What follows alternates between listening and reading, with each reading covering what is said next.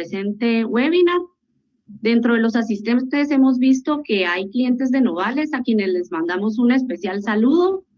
Y para todos aquellos que no sean clientes y que no tenemos aún el gusto de asesorarlos, quisiera comentarles brevemente quiénes somos.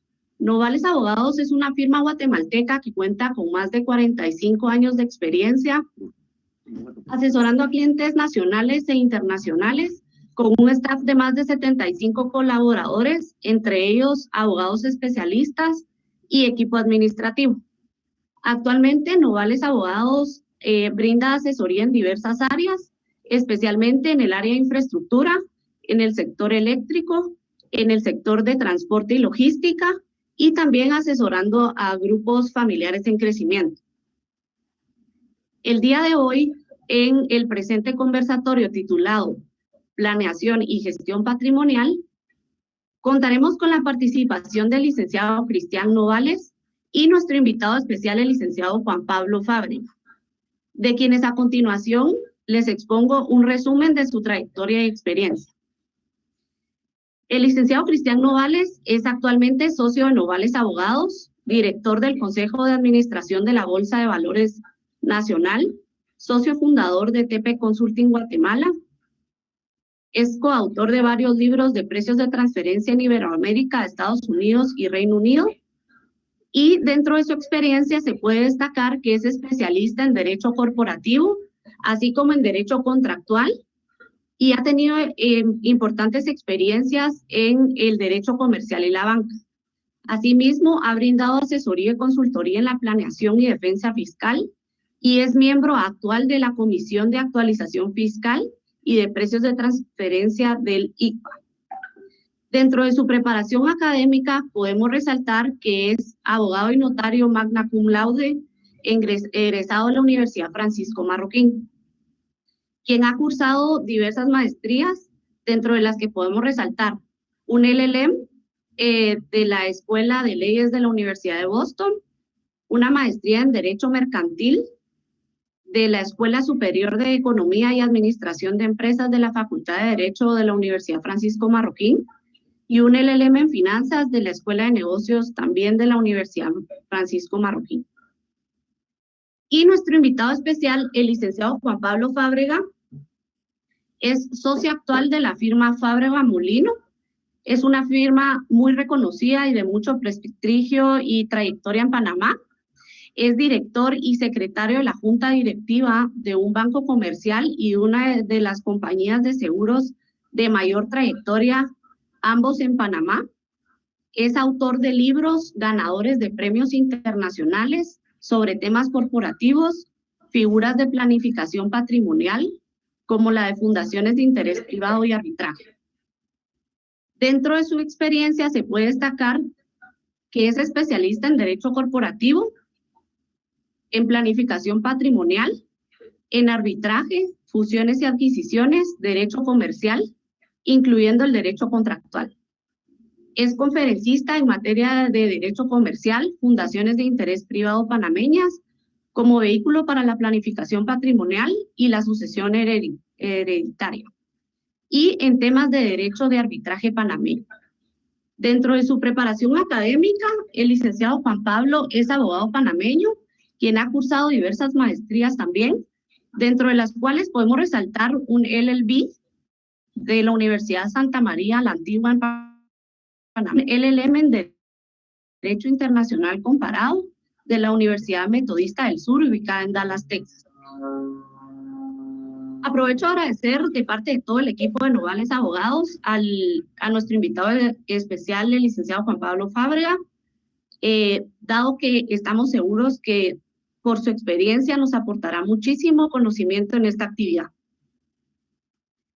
A todos los que nos acompañan hoy, quiero compartirles que nos encantaría que este intercambio de ideas sea interactivo, por lo que los invitamos a hacer sus preguntas a través del panel de preguntas que les aparece en la plataforma durante toda la sesión para que al finalizar podamos responder las mismas.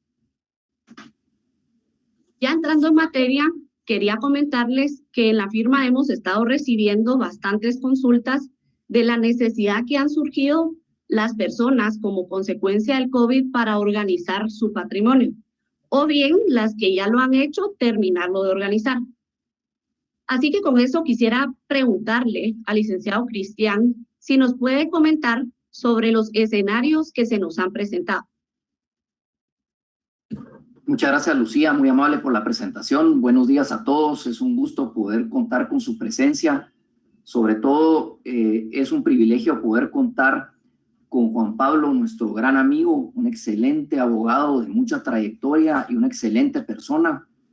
Vale la pena comentar que Juan Pablo se está uniendo a través de voz virtual, dado que hay una situación asociada con la posibilidad que lo podamos ver a través de las pantallas, pero se está buscando resolver esa situación. Algo muy importante a todos ustedes, los participantes de este webinar, que gracias a Dios tuvimos una inscripción de más de 200 personas, es que al finalizar el webinar les estaremos enviando por correo electrónico un acceso a este importante libro, esta obra muy trascendental para la temática que estamos viviendo, escrita por Juan Pablo, nuestro gran amigo.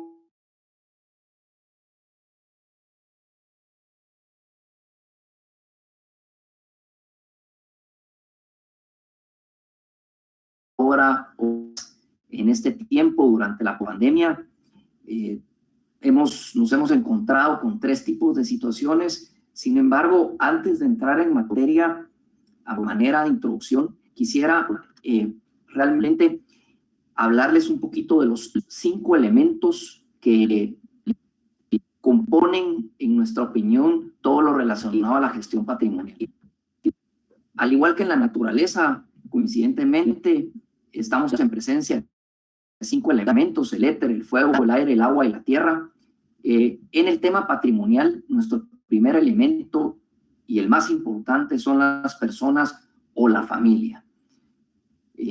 Aquí se dan circunstancias importantes que debemos de tomar en consideración, como por ejemplo la familia política, los primos, los hijos de los hermanos, todas estas personas que componen la familia realmente son importantes de tomarlas en cuenta, y nosotros en la firma nos apoyamos de especialistas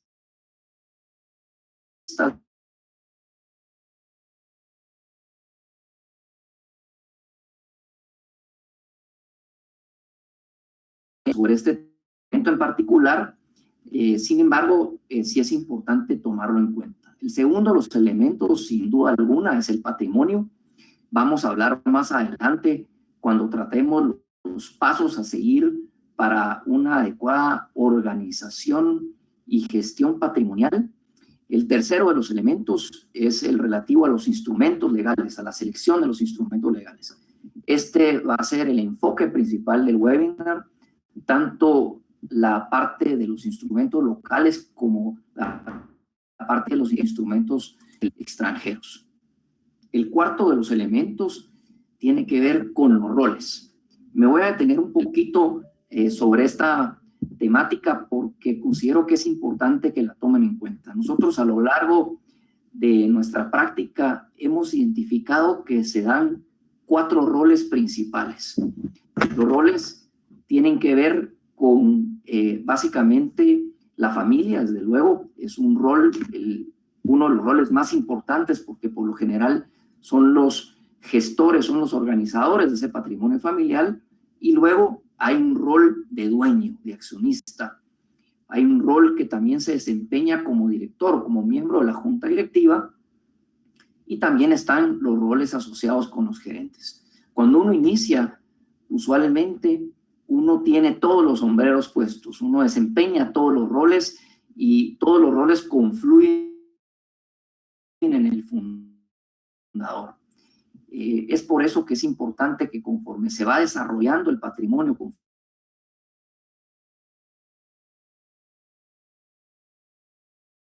esa parte, por los temas que efectivamente cada uno de los roles debe de tratar, es decir, la patrimonio se distinguen porque esas competencias se tratan en foros diferentes. Hay un foro, hay un órgano para tratar cada uno de esos temas, incluyendo el familiar, y desde luego se diferencian los roles por el tipo de toma de decisiones o la forma en que se toman las decisiones. Por ejemplo, a nivel de los accionistas, las decisiones se toman en función a esa propiedad de las acciones, al porcentaje de titularidad de las acciones que tenemos. Es así como se toman las decisiones. A nivel, por ejemplo, de la junta directiva, en donde todos somos pares, las decisiones básicamente tienen igualdad, es decir, los miembros del consejo de administración están en igualdad de circunstancias y ahí lo que ocurre es que efectivamente a través del convencimiento de los temas de todos los integrantes de ese consejo de administración que se efectivamente toman las decisiones. En el rol de gerentes, cuando uno opera, cuando uno le toca que operar, ahí se da una circunstancia asociada a la jerarquía, es decir, el gerente con mayor jerarquía es el que realmente toma las decisiones. Y en la familia lo que ocurre es que tradicionalmente se buscan consensos. Ahí hay una plataforma para que las decisiones se tomen por consenso. Si se toman por consenso, hemos visto en la práctica que las decisiones se pueden respetar mejor y pueden perdurar con el tiempo. Les voy a poner un ejemplo de cómo una temática que es de diario vivir se puede conjugar en los diferentes roles. Por ejemplo, el presupuesto. El presupuesto de una compañía se trata en los diferentes roles, en los diferentes foros. Cuando hablemos sobre los pasos de esta organización patrimonial, vamos a ver que efectivamente uno de los pasos es el establecimiento de los objetivos y estrategias tanto a nivel familiar como patrimonial. Y ahí en esta fase muy importante es donde ya se dejan los cimientos o los lineamientos para los presupuestos, para el presupuesto, porque efectivamente cuando se trazan esos objetivos que incluyen a la familia, el patrimonio, en buena cuenta también se ponen los lineamientos asociados al patrimonio. Entonces, la familia tiene algo que decir con relación al patrimonio. Luego nos vamos al rol del directorio. El directorio definitivamente toma en cuenta aspectos económicos, toma en cuenta lineamientos de los accionistas y justamente les propone a los accionistas un proyecto de presupuesto. Este proyecto de presupuesto es conocido en una asamblea de accionistas por los accionistas. Ahí ya intervienen participantes con un rol de accionista quienes aprueban el presupuesto para que finalmente el rol gerencial lo pueda ejecutar. Entonces, este tema de los roles que consideramos súper vital en las organizaciones y sobre todo para la trascendencia del patrimonio es algo muy importante a tomar en cuenta para ya entrar al quinto de los elementos que son las instrucciones o bien las ordenanzas.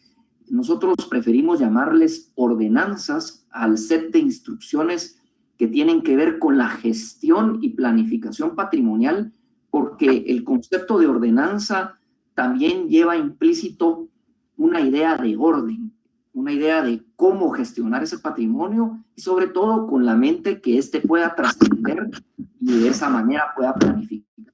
Entonces, Lucía, efectivamente, como usted lo decía, en la firma hemos tenido varias consultas en relación a cómo ordenar el patrimonio y nos hemos percatado que hay, por lo general, tres tipos de situaciones. Un cliente que tiene un negocio operando muy bien organizado, pero que hay una dependencia muy grande del fundador, es decir, no tiene desarrollada la parte corporativa. Un segundo caso, que si bien tiene desarrollada la parte corporativa, tiene un grado mayor de entendimiento de los roles, consideramos que se puede todavía fortalecer la parte familiar y también carece de las estructuras o vehículos legales para poder tener una optimización de la gestión y planificación patrimonial. Y el tercer grupo de clientes son clientes que han hecho su tarea, que tienen todos los vehículos bien organizados que tienen la plataforma internacional incluida y que efectivamente tienen la infraestructura para dejar estas instrucciones o estas ordenanzas de buena manera. Quisiera finalizar esta primera intervención diciéndoles que efectivamente todos los participantes en este webinar se nos ha pasado por la mente qué pasaría si me contagio, qué pasaría si mis padres se contagian, qué pasaría si algunos miembros de la familia se contagian, y nos hemos puesto a pensar qué hemos hecho, qué hemos dejado de hacer, qué pudimos haber hecho, hasta dónde hemos llegado con nuestra organización patrimonial, y definitivamente todos podemos perfeccionarla, todos podemos optimizarla. Y yo lo que les quiero dejar como un primer mensaje es que aprovechemos las situaciones vividas, estas situaciones que nos han generado angustia, que nos han generado en algunos momentos sensaciones de incertidumbre, para canalizarlas positivamente, y de esa cuenta busquemos verdaderamente un compromiso con nosotros mismos y sobre todo con nuestra familia para terminar de organizar nuestro patrimonio, y de esa cuenta poder tener la posibilidad que nuestros herederos puedan efectivamente disfrutar de todo ese esfuerzo que hemos hecho. Así que muchas gracias, Lucía, por esa parte introductoria muy amable. Gracias, licenciado Cristian, por la amplia exposición de estos elementos que hemos visto involucrados en la planificación patrimonial. Ahí viene la primera pregunta. Pensemos en una persona que ya está operando su negocio a través de una sociedad guatemalteca. Según su experiencia, ¿qué pasos debería de seguir esta persona para lograr una planificación patrimonial? ¿Qué nos recomienda?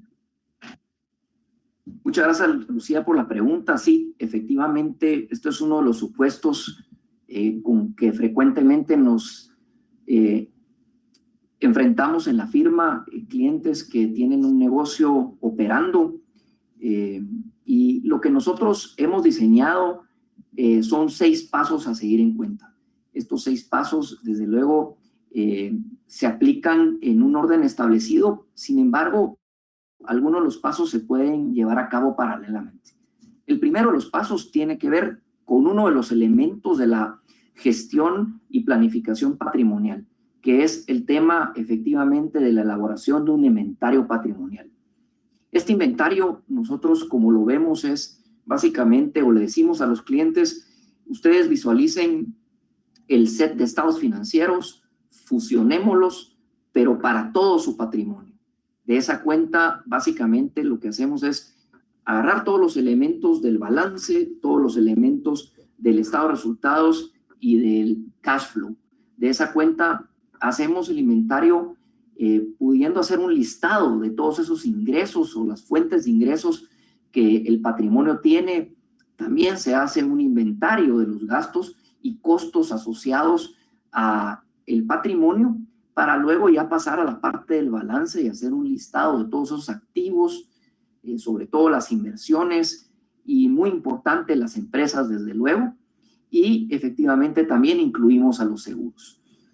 Hasta ahorita les he hablado mucho acerca de activos tangibles, pero sin duda alguna, dentro de los patrimonios familiares, también hay activos intangibles que, en mi opinión, deben tomarse en cuenta y valorarse, como lo son los valores, las creencias, la reputación de esa familia, el buen nombre. Y esto es un tema muy importante para incluirlo en el inventario patrimonial. El segundo paso es básicamente fijar esos objetivos y esas estrategias, tanto a nivel de la familia como a nivel del patrimonio. Ya les hablaba algo en relación a esto cuando hablábamos de los elementos de la gestión y planificación patrimonial. Como les dije, esto es un tema súper importante en el que Novales Abogados se apoya a asesores externos para tratarlo.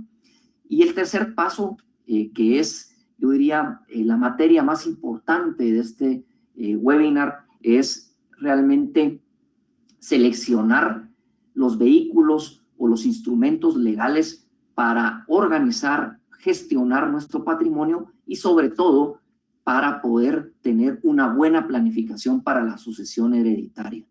Nótese, pues, cómo se dan las etapas: la organización, la gestión y la planificación patrimonial.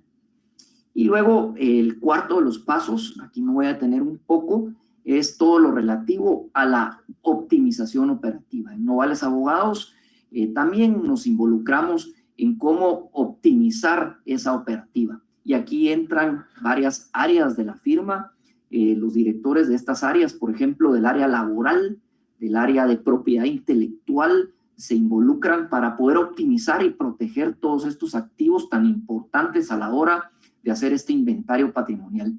Desde luego, interviene nuestra área fiscal y nuestra área de planificación, y aquí vemos que se pueden dar diferentes optimizaciones. Por ejemplo, en Guatemala, no solo puede haber una optimización conjugando los diferentes regímenes del impuesto sobre la renta, inclusive dentro de uno de ellos se pueden hacer optimizaciones. Recordemos que Guatemala es uno de los pocos países que no tiene regulado precios de transferencia internamente, y esto genera que algunas transacciones internas no necesariamente tengan que cumplir con el principio de competencia. Es decir, no hay consecuencias legales si no se cumple con ese principio de competencia. Ahí hay oportunidades legales para poder optimizar el patrimonio. Y ya que hablamos de precios de transferencia, nosotros en la firma tenemos una alianza estratégica con TP Consulting. TP Consulting se dedica a la elaboración de estudios de precios de transferencia, y en conjunto con la firma podemos hacer una planificación estratégica de todas esas transacciones internacionales que se llevan a cabo entre vinculadas, entre empresas que tienen participación en la región. Novales Abogados también apoya a TP Consulting a la hora de haber un ajuste asociado con precios de transferencia. Como saben, en nuestra región la mayoría de los negocios familiares efectivamente inician a través de la participación familiar, y por ende hay mucha vinculación entre los negocios. Y luego, pues, el quinto y sexto paso, ya hablábamos un poco de ellos acerca de los roles, es importantísimo, y sobre todo es la fórmula de blindar la planificación patrimonial, el entendimiento claro de los roles, y luego todo el desarrollo de esas ordenanzas e instrucciones que como dueños de un patrimonio queremos dejar plasmadas para una adecuada gestión del patrimonio, y sobre todo para una verdadera planificación de la parte hereditaria que nosotros queremos dejarle a nuestros herederos, a nuestros hijos, y de esa forma pueda optimizarse. Muchas gracias, Lucía, por la pregunta, muy amables. Como ustedes pueden ver en la diapositiva, tenemos un punto en verde que trata específicamente sobre uno de estos pasos, que es la selección de los vehículos legales. Esta selección es muy importante. Aquí enlisto alrededor de 10 instrumentos o vehículos que podemos utilizar para una adecuada organización y gestión patrimonial. Y por supuesto, con la finalidad de la planificación, que es el objeto de este webinar. Definitivamente que los participantes del webinar, todos ya debemos de tener mandatos otorgados y testamentos constituidos, otorgados. Yo diría que ese es el primer paso. ¿Por qué los mandatos? Los mandatos definitivamente son de mucha utilidad cuando nosotros nos encontramos fuera de la ciudad. Ahora pues es limitada nuestra capacidad de viajar al extranjero, pero esto, primero Dios, va a estar reactivándose en breve, y nuestro patrimonio necesita de la toma de decisiones o de nuestra presencia en un momento dado, y ahí es donde una representación a través de un mandato en alguien de confianza puede ser de mucha utilidad. Los testamentos, verdaderamente, insisto, todos los del webinar debiésemos de tener ya un testamento otorgado, aun y cuando ni siquiera tengamos bienes o tengamos una considerable masa patrimonial. ¿Por qué? Porque en un testamento nosotros podemos organizar o dar estas instrucciones o generar estas ordenanzas, y podemos establecer elementos como, por ejemplo, la posibilidad de establecer condiciones en el testamento que tengan que ver con, en un momento dado, limitar la capacidad de enajenar de los bienes que queremos dejar en herencia, imposibilidad de gravar esos bienes, o bien podemos incluir cláusulas de herencia a término, en un momento dado alguien puede dejar de tener esa condición de heredero. Les decía que la parte del testamento es muy importante, no solo desde la perspectiva patrimonial, sino que yo diría que también regula lo más sagrado que una familia puede tener, que son los hijos. Si en un momento dado faltaran los dos cónyuges, es importantísimo que nos planteemos en manos de quién queremos que nuestros hijos queden, es decir, todo lo relacionado a la tutela. La ley establece efectivamente en quiénes quedan los hijos en caso haya ausencia de los padres. Entonces es importante que meditemos acerca de ello. Ahora bien, el tema del testamento no es la solución, no es la mejor solución tampoco, pero es importante tenerlo. ¿Por qué? Porque mientras organizamos nuestro patrimonio, si algo nos sucede, tenemos un mecanismo para poder nosotros dejar esa herencia, esa sucesión, nosotros la vamos a dejar establecida en lugar de que la ley establezca a quién le corresponde qué bienes. Entonces, por lo menos tenemos esa posibilidad de que nosotros tenemos esa libertad, esa facultad. Ahora bien, recordemos que a nivel impositivo, la parte de los impuestos asociados con un testamento son bastante gravosos y las tasas pueden llegar a ser hasta del 25%. Entonces, es una figura que hay que tenerla porque, como lo decía, si no logramos terminar de organizar nuestro patrimonio o bien ya teniéndolo organizado, adquirimos un bien que todavía no hemos situado en uno de los vehículos, por lo menos tenemos la fórmula en que ese activo se va a distribuir. Luego tenemos los elementos o los vehículos como son la donación, la compraventa, el usufructo. La donación, pues básicamente, si bien no hay una erogación de parte del beneficiario de la donación, sí tenemos que tomar en cuenta que hay un 12% de IVA involucrado. Aquí hay un tema de acciones importante a tomar en cuenta en las donaciones de acciones, si están o no afectas al IVA. En la compraventa, si bien es una tasa menor, sí es un impuesto que se pierde, ese 3% del timbre se pierde. Y toda la temática del usufructo. La temática del usufructo tiene una ventaja muy interesante, incluso sobre una de las figuras, yo diría, más importantes de la planificación patrimonial, como es el fideicomiso, porque este derecho real puede ser vitalicio, es decir, el usufructuario, que es quien canaliza los beneficios del usufructo, puede disponer o gozar de estos beneficios durante toda su vida. Siempre en esta figura, pues efectivamente está todo lo relacionado al usufructo de acciones, que es común que se piense en relación a ello, y esto me permite entrar ya a uno de los primeros vehículos, como es la sociedad. La sociedad tiene la ventaja que es un vehículo de uso cotidiano. Es muy fácil poder incorporar una sociedad rápidamente a bajo costo. Sin embargo, si bien tiene todos estos beneficios, yo diría que tiene la desventaja que no necesariamente los accionistas, los titulares de las acciones van a respetar el interés del originador del patrimonio, porque al final de cuentas el que tenga las acciones es el que manda, es el que toma las decisiones, y no necesariamente esas decisiones van a ser o van a estar en la línea del originador del patrimonio. Luego podemos hablar también de otro contrato, otra figura muy importante, como es el fideicomiso, que a diferencia de la sociedad, incorpora a un tercero, como es una institución bancaria, que nos permite un grado de profesionalismo y también la trascendencia de este ente, de este fiduciario para la organización del patrimonio. Ahora bien, este contrato tiene una duración máxima de 25 años. Si bien está limitante, consideramos que pueden haber fórmulas de prorrogarlo, pero de esta manera sí cabe indicar que el plazo límite es de 25 años.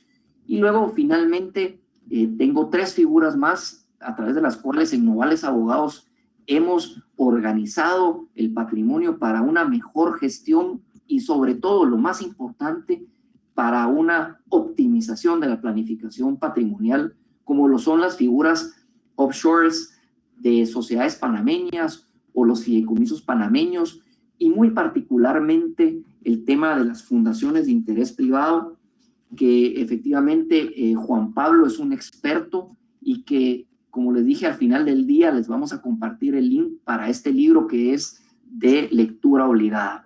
Esto me permite entonces ya pasar a pedirle a Juan Pablo y a Lucía que nos apoyen a que podamos en esta segunda parte del webinar ya explorar con más detalle estas figuras legales. Así que, Lucía, muchas gracias por su apoyo y por darme la oportunidad de compartir con nuestra audiencia toda esta visión de la organización, gestión y planificación patrimonial desde la perspectiva de un abogado guatemalteco. Muchas gracias.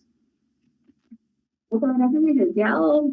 Realmente su enfoque da respuesta a todas las preguntas que hemos recibido, sobre todo en estos momentos en donde la incertidumbre que vivimos nos obliga a pensar en estos temas, ¿verdad?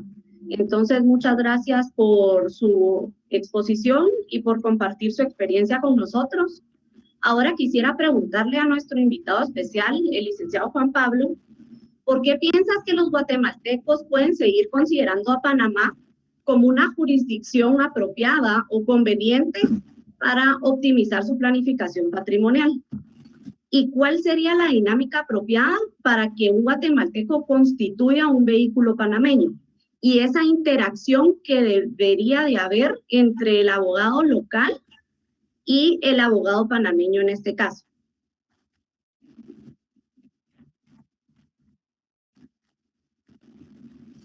Lucía, muchas gracias por la introducción. Quiero, antes de contestar, extenderle mi gratitud al doctor Cristian Nogales, a su equipo de trabajo, el que me hayan considerado como invitado para compartirles panameñas sobre en este caso concreto, sobre la figura jurídica de la Fundación de Interés Privado panameña para la planificación patrimonial y la sucesión hereditaria, tema que en efecto, como ustedes han comentado, en estos tiempos de pandemia ha sido tema obligado en todas las jurisdicciones. Esto es como cuando... Le agradezco mucho también a los participantes, a la alta concurrencia, por mostrar interés en este tema de gran trascendencia que ha tenido a bien el bufete de organizar. La pregunta es muy interesante y muy oportuna. ¿Por qué Panamá debe ser considerada, y no solo por los guatemaltecos, sino por, me atrevería a decir que la mayoría de los latinoamericanos, incluso europeos? Y es porque Panamá, por su idiosincrasia, por su proximidad a los Estados Unidos, ha sabido introducir en su régimen legal figuras jurídicas interesantes y novedosas que no son del todo amigables y rigurosas, como por ejemplo ocurre en Guatemala. Y eso hace que la ley panameña sea en extremo dinámica. Por ejemplo, el hecho de que uno pueda celebrar reuniones y asambleas de cualquier ente jurídico con consentimiento sin necesidad de presencia física.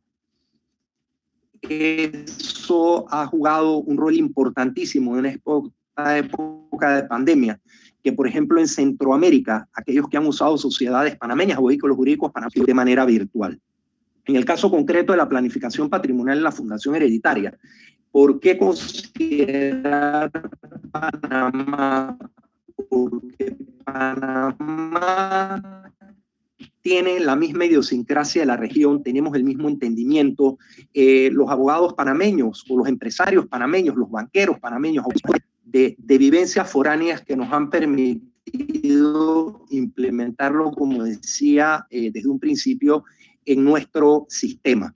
Y eso hace que nosotros, de manera muy armónica, de la mano, con asesores fiscales, auditores, abogados de otras jurisdicciones y en concreto de Guatemala, para implementar las figuras jurídicas panameñas a las necesidades, en este caso concreto, de los guatemaltecos, insisto, de una manera muy armónica. Además, Panamá está muy próximo a la región y eso hace que haya una gran dinámica en este caso concreto entre panameños y guatemaltecos y viceversa, lo que hace que la implementación de figuras jurídicas panameñas de expertos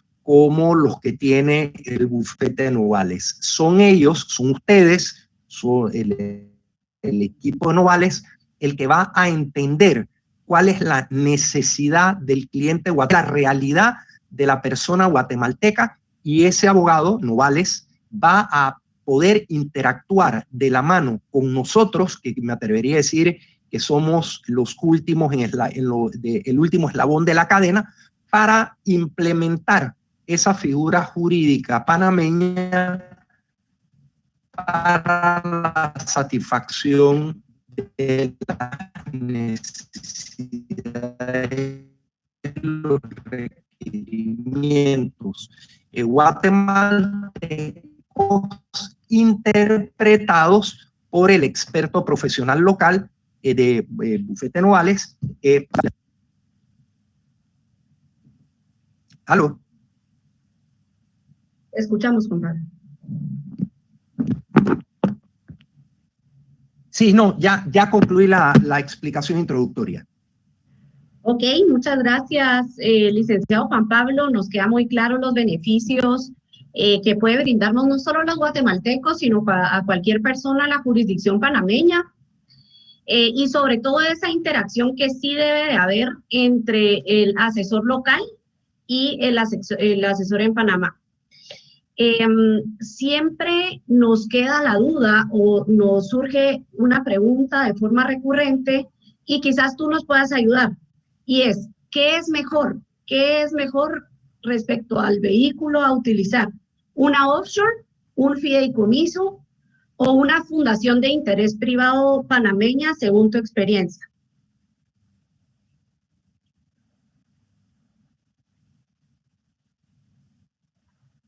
Lucía es oportunísima y siempre se nos presenta en todos los foros en los que hablamos de estos temas. Yo quiero precisar que no hay una figura que sea mejor que otra. Por lo general se las unas con las otras. Todo va a depender, a final de cuentas, de la realidad personal, familiar, particular de cada individuo. Sin embargo, nuestra experiencia a nivel regional, que para los efectos de la planificación patrimonial y la sucesión hereditaria de manera ordenada, de manera privada, es la fundación de interés privado. ¿Por qué? Brevemente, porque el testamento, y lo voy a incluir, el testamento lo que hace es que nosotros podamos dejar en herencia aquellos bienes que son de nuestra propiedad.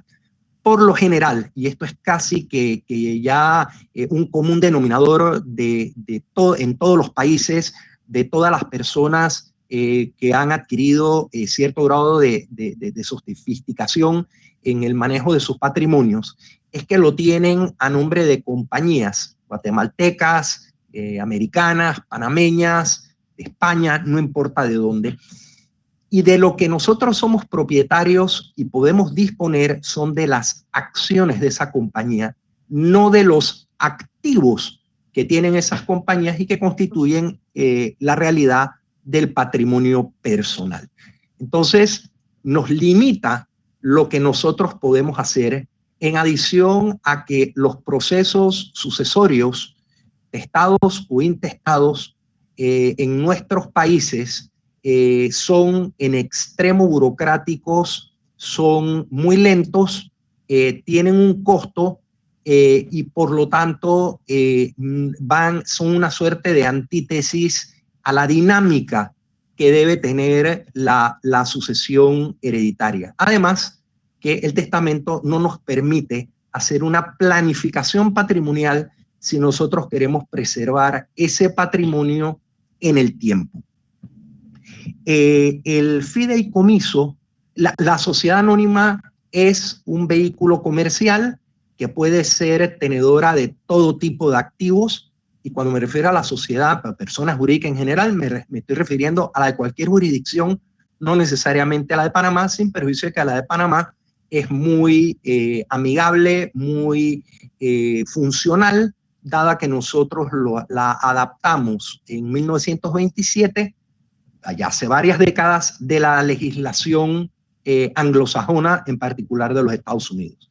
Y eso nos lleva al tema nuevamente de que nosotros, de lo que somos dueños titulares, son de las acciones y no de los activos que pueda tener la sociedad. Y por lo tanto, el manejo de las acciones no nos permite a nosotros ni ordenar el patrimonio como lo quisiéramos distribuir entre nuestros herederos, ni preservarlo en el tiempo, porque una vez que se han heredado las acciones, el accionista individualmente considerado hace con su propiedad accionaria lo que le parece. Eso nos podría llevar al fideicomiso. El inconveniente que tiene el fideicomiso, como muy bien lo comentó Cristian, es que en algunos países tiene una fecha de cumpleaños, tiene una duración limitada. Y si eso no fuera inconveniente, presenta dos problemas, dos situaciones que nosotros en Panamá hemos percibido a lo largo de toda Latinoamérica. El primero es que los latinoamericanos tenemos un sentido de propiedad y pertenencia, de inmediación. Queremos tener el control de nuestro patrimonio. Un patrimonio. Y muchas veces la gestión de ese fiduciario es pasiva, porque a lo largo del tiempo, mientras yo no fallezca, él no hace nada. Sin embargo, me cobra. Y me cobra en atención al valor del patrimonio que represente, por ejemplo, acciones, si las acciones son las que se han dado en fideicomiso. Y me va a cobrar un honorario anual más una comisión, un costo, una vez que yo fallezca, cuando se activa el fideicomiso, para hacerlo efectivo. Dueño de mi patrimonio, conocido como fideicomitente, es decir, el que constituye el fideicomiso, pueda tener a su vez fiduciario, es decir, administrador, y de beneficiario. No puedo tener los tres sombreros. La fundación de interés privado es una figura jurídica que nosotros en Panamá, de décadas, de una figura jurídica europea que perseguía la misma finalidad de planificación patrimonial, pero con extremas rigurosidades. Y nosotros los abogados panameños aprovechamos más de 80 años que nos permitió ser creativos, sumado a la realidad de que Panamá no es un país productor. Desde la época de la conquista, Panamá ha sido supeditados a la corona española. Entonces, el panameño lo que ha hecho es ser un proveedor de servicios y dentro de eso generar creatividad. Texto, el abogado panameño a lo largo del tiempo estudió la figura del testamento, del fideicomiso, de la sociedad anónima panameña y lo visualizó para la creación de esta implantación de interés privado para implementar las bondades, las principales bondades de esas figuras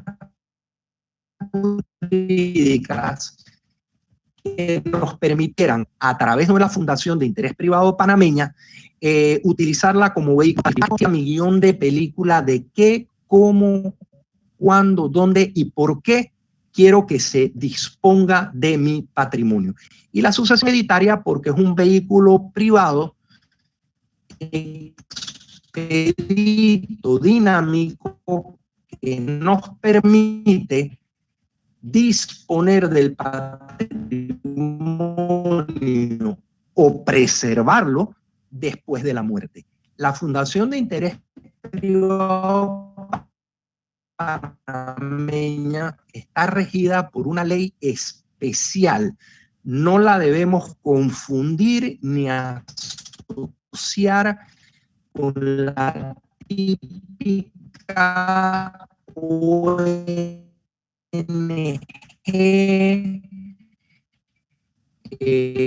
entidad filantrópica sin fines de lucro como existen en todos los países, tipo Cruz Roja, Asociación para la Prevención de la Tortura, la 35, que tiene como finalidad regular la planificación individual de cada persona para adecuarla a su realidad particular.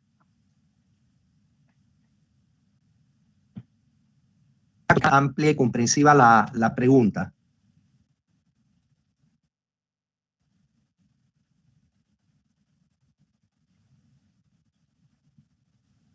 Muchas gracias por tu intervención, licenciado Juan Pablo. Definitivamente el conocimiento y la experiencia.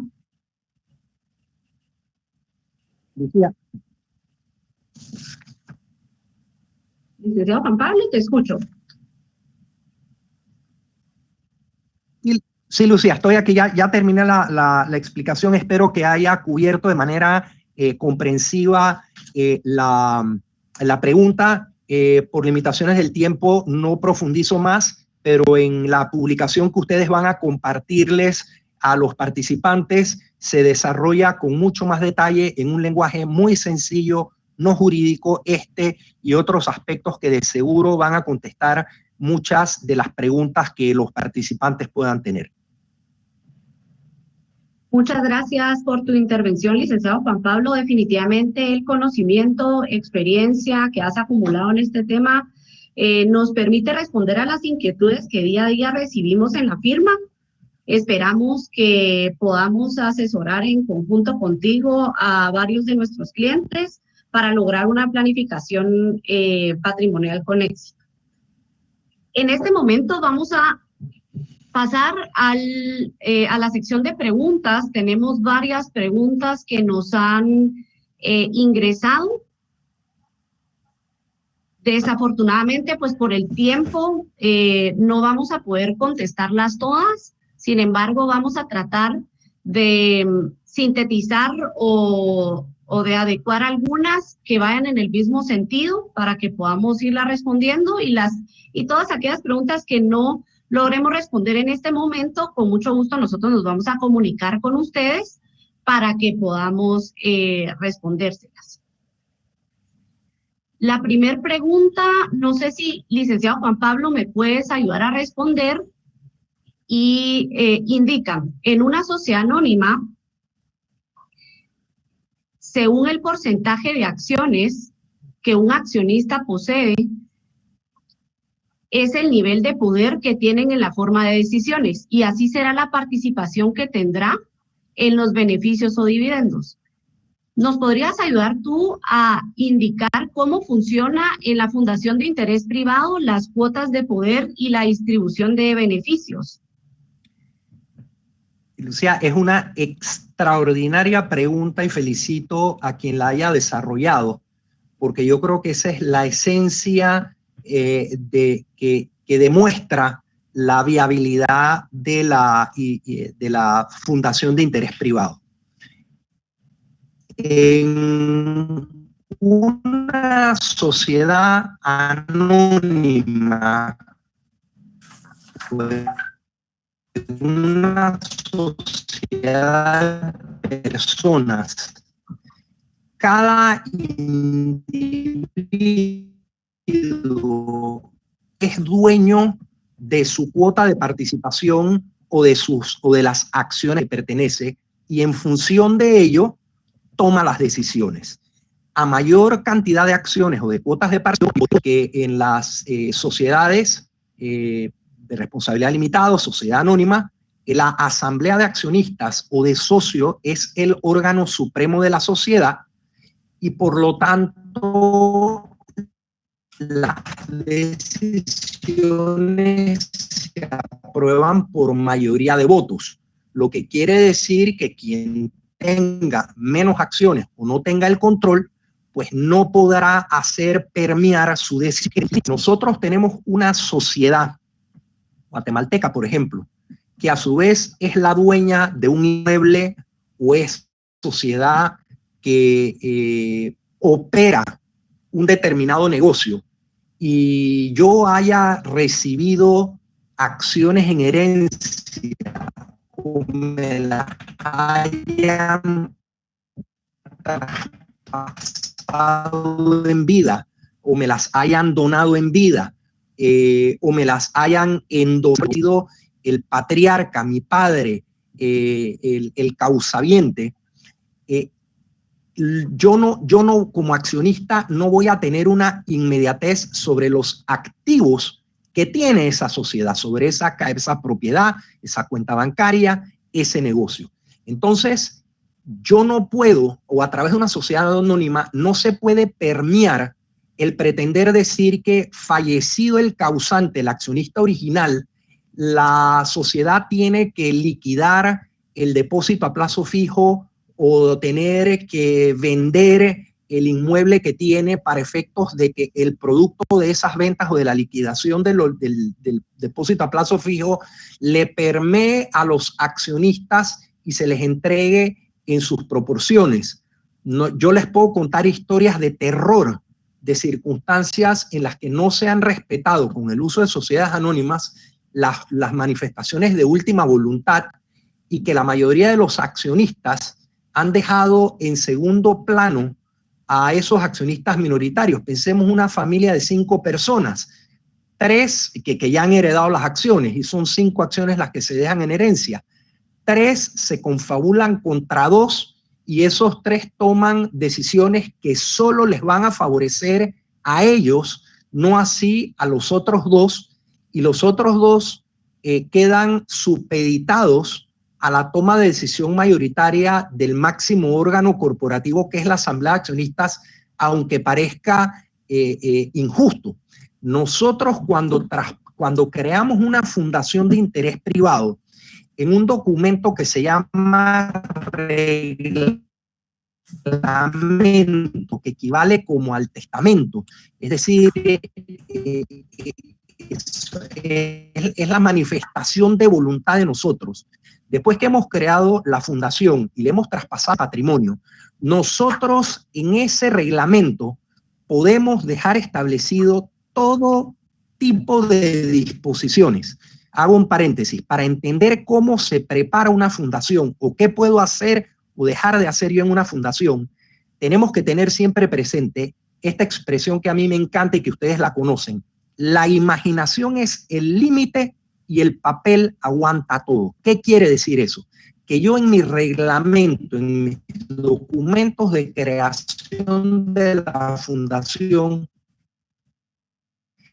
puedo dejar establecido todo tipo de regulación que a mí me interesa. Yo puedo separar los derechos políticos, llámese el voto, del derecho económico. Recordemos que cuando se traspasa la propiedad de las acciones a una fundación, es la fundación la dueña, la titular de las mismas. En el documento de constitución de la fundación, en su reglamento, yo puedo disponer de quién por la fundación va a asambleas de accionistas o en la junta de socios, de que la fundación pasó a ser el accionista cuando yo le traspasé mis acciones. Y dejo también dicho en el reglamento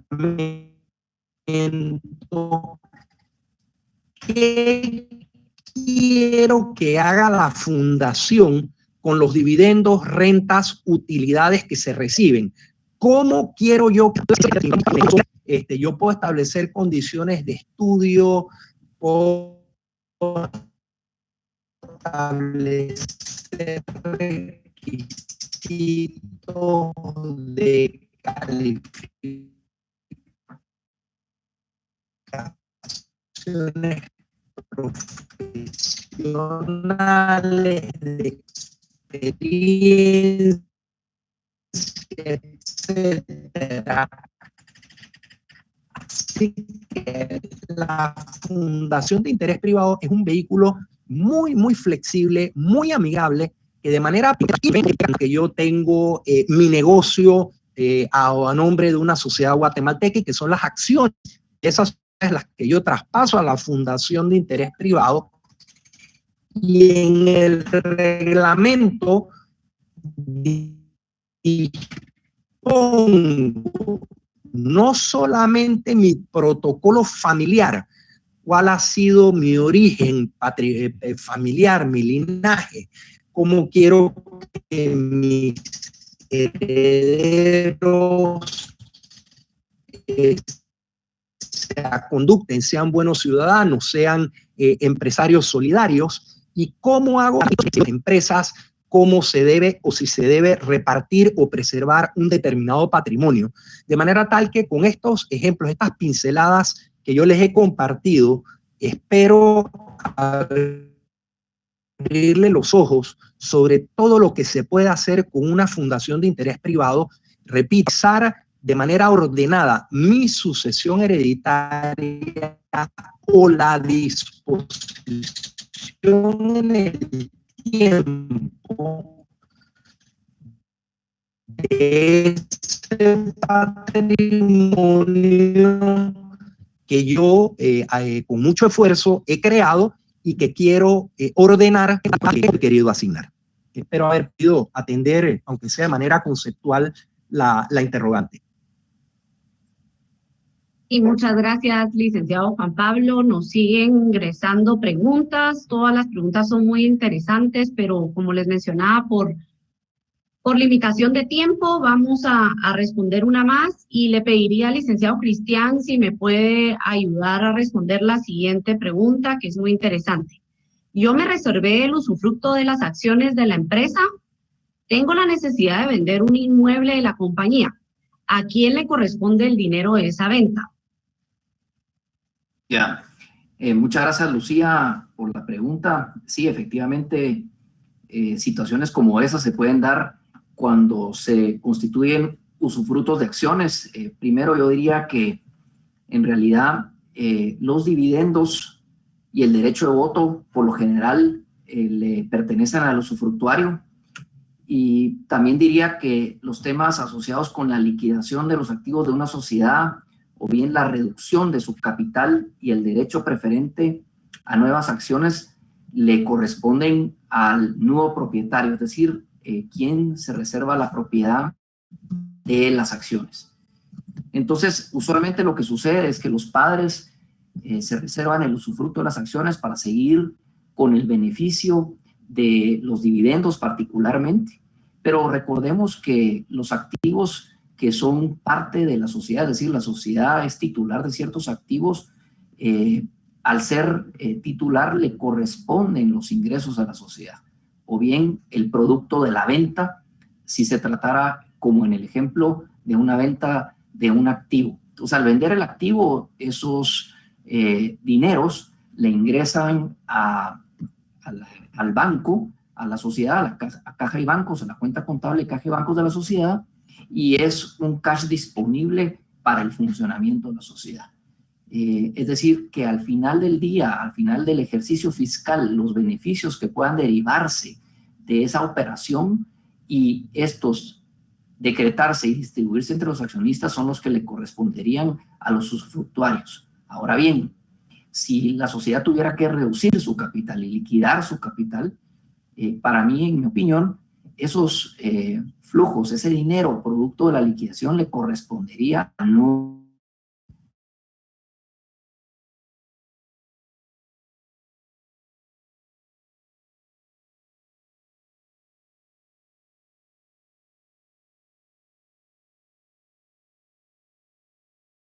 los usufructuarios podrían ir perdiendo el control de la sociedad. Y si en un momento dado ya no hay la misma armonía con que se constituyó el usufructo, esto podría ir en detrimento de los padres en el ejemplo que planteo. Quisiera solo regresar un poquito a la pregunta anterior. Efectivamente, hemos tenido casos de clientes en donde en una familia bastante grande hay diferencias de edades importantes, y las diferencias de las edades obviamente tienen un impacto en la experiencia de alguno de los hijos y en los grados académicos que los hijos puedan ir alcanzando. Definitivamente esto es un tema de tiempo, porque todos con esfuerzo y disciplina podemos llegar a tener la misma preparación académica y la misma experiencia. Pero a través de una fundación de interés privado, como muy bien nos decía Juan Pablo, nosotros podemos regular que la operación de los negocios esté a cargo de quienes tienen la mayor experiencia o el mayor conocimiento, mientras las generaciones, digamos, más jóvenes la adquieren, y de esa cuenta preservar de alguna manera el conocimiento que las generaciones primarias o mayores pueden tener de la operación del negocio. Pero a nivel de los beneficios, sí hay una distribución pareja de esos beneficios, a diferencia de lo que sucede en una sociedad anónima. En una sociedad anónima, a la hora de básicamente fallecer el organizador, el fundador, quien tenga las acciones es el titular. Y si hay varios miembros, pensemos 4 miembros, 2 con experiencia y 2 sin experiencia, tenemos en la mesa de accionistas igualdad en la toma de decisiones. Y es por eso que los que tienen poca experiencia o en algún momento no han terminado sus estudios podrían tener igual peso que los que sí la tienen, y eso venir a repercutir en la operatoria de la sociedad y al final de cuentas también en los beneficios que puedan recibir. De esa cuenta creemos que es importantísimo pensar en una fundación de interés privado. Yo quisiera terminar agradeciéndole la participación a Juan Pablo, nuestro invitado especial de hoy, agradecerle a usted, Lucía, por ser una moderadora muy eficiente. Lucía González es directora legal de Novales Abogados, y gracias a su buena intervención hemos podido tener un webinar muy agradable, que hemos cubierto varios temas. Queremos también disculparnos porque hubo una serie de situaciones a nivel de la señal, a nivel del internet. Seguramente con el libro ustedes van a tener claridad del tema, y vamos a buscar convencer a Juan Pablo de hacer otro webinar, porque la cantidad de personas que ingresaron hoy a esta sesión fue bastante grande, y sin duda podemos explorar otros temas en webinars futuros. Muchas gracias, Lucía, muchas gracias, Juan Pablo. Un especial reconocimiento a ti por todo tu tiempo y apoyo, y buena tarde a todos, buen día. Gracias, Lucía. Gracias, licenciado. Para finalizar, únicamente quería agradecerles a todos por habernos acompañado en este conversatorio. Esperamos que haya sido de su interés. Como les comenté, las preguntas que no logramos contestar por limitación de tiempo, estaremos contactándolos vía correo electrónico. Además, en la slide que se muestra ahorita, pueden también anotar el correo del licenciado Cristian Nogales para hacer cualquier consulta. Esperamos poderlos asesorar. Y además aprovecho a invitarlos porque mensualmente Nogales Abogados está haciendo y elaborando webinars para que puedan acompañarnos de diferentes temáticas, así que siempre quedamos a sus órdenes, esperamos asesorarlos y espero que tengan un magnífico día. Muchas gracias, licenciado Cristian, por su participación y nuestro especial agradecimiento a nuestro invitado especial, el licenciado Juan Pablo Fabre. Muchas gracias a todos. Gracias. Feliz día.